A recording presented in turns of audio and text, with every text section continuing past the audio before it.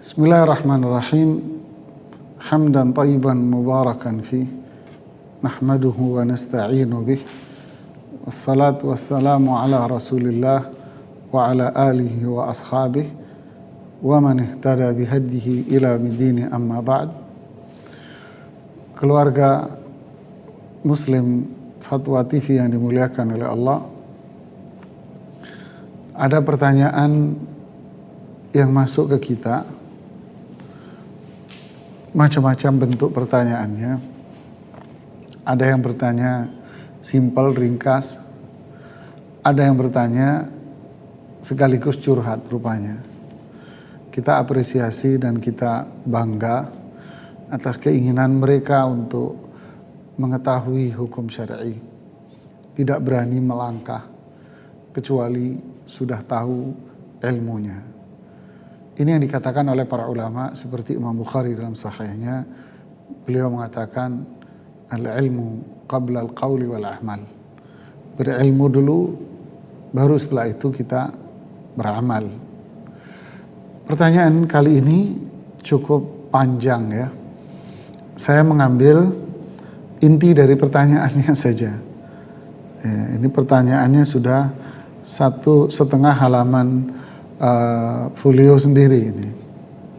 Saya ambil inti pertanyaannya, ada 2 di sini. Jadi ada seorang ayah wafat memiliki beberapa anak, ya, 2 anak laki dan 3 anak perempuan. Punya rumah, kemudian punya kontrakan, dan juga punya tanah sekian lah. Kemudian di atas tanah itu dibangun rumah oleh salah satu anak perempuannya. Jadi di atas tanah itu dibangun rumah oleh salah satu anak perempuannya dari uang dia pribadi. Ini kasus yang pertama. Nah, kemudian si ayah berpesan agar rumahnya jangan dipugar, dibongkar. Ini pertanyaan pertama, bagaimana dengan statusnya ini? Pertanyaan kedua, salah satu dari anak laki-laki menjual satu kontrakan. Berarti kontrakannya ada beberapa. Kemudian si ayah sebelum wafat semasa hidup pernah berpesan bahwa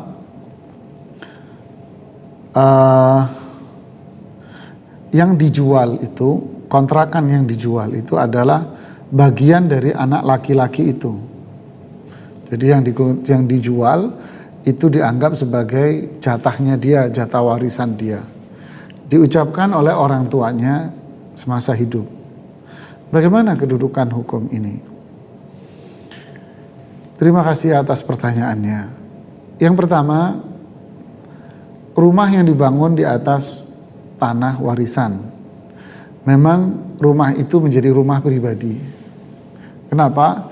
Karena memang dibangun dari dana pribadi. Jadi kalau saudara-saudaranya ingin membongkar, ya tidak boleh. Karena itu bukan haknya dia untuk membongkar rumah itu. Ya. Lantas tanahnya bagaimana statusnya? Nah, yang jadi warisan adalah tanahnya, bukan bangunan rumahnya tentunya. Ini yang menjadi permasalahan kompleks pada akhirnya. Yang harus Anda bagi adalah tanahnya. Bagaimana caranya? Kalau bicara cara, ya masing-masing punya pandangan. Kalau saya sebatas memberikan saran dari pembagian tanah itu adalah bisa juga tanah itu dibeli oleh pemilik bangunan itu, yaitu si kakak itu yang membelinya. Ya, agar kepemilikannya tidak terlepas-lepas dari itu semuanya. Ya, bisa jadi si kakak itu yang membelinya. Atau itu dihitung sebagai bagian warisan dia dari ayahnya. Setelah dihitung semuanya, lalu hak si anak perempuan ini berapa, dimasukkanlah ke tanah yang sudah dia bangun di atasnya rumah pribadi. Yang kedua, masalah si anak yang menjual kontrakan semasa ayahnya hidup. Lalu si ayah berwasiat bahwa itu bagian warisan dia. Bagaimana dengan wasiat ini? wasiat ini tidak bisa diamalkan. Karena warisan itu adalah pembagian harta sesuai dengan ketentuan syariat Islam setelah yang bersangkutan wafat. Ya, setelah yang bersangkutan wafat. Ya. Jadi kalau yang bersangkutan masih hidup lalu dia mengatakan nanti itu kamu hitung sebagai haknya dia, tidak bisa. Ya, wasiat ini tidak bisa dijadikan hak seperti itu. Ya. Jadi yang tersisa itulah warisannya, dan yang disampaikan oleh orang tua itu pun tidak bisa. Kenapa? Karena dia menghalangi hak seseorang dari harta warisannya. Jadi yang tersisa itulah yang dibagi, dan itulah harta warisan yang harus dibagi kepada semua anggota atau semua ahli waris. Wallahu a'lam bishawab. Ini jawaban dari saya. Subhanakallahumma bihamdik, asyhadu an la ilaha illa anta, astaghfiruka wa atubu ilaik. Wassalamualaikum warahmatullahi wabarakatuh.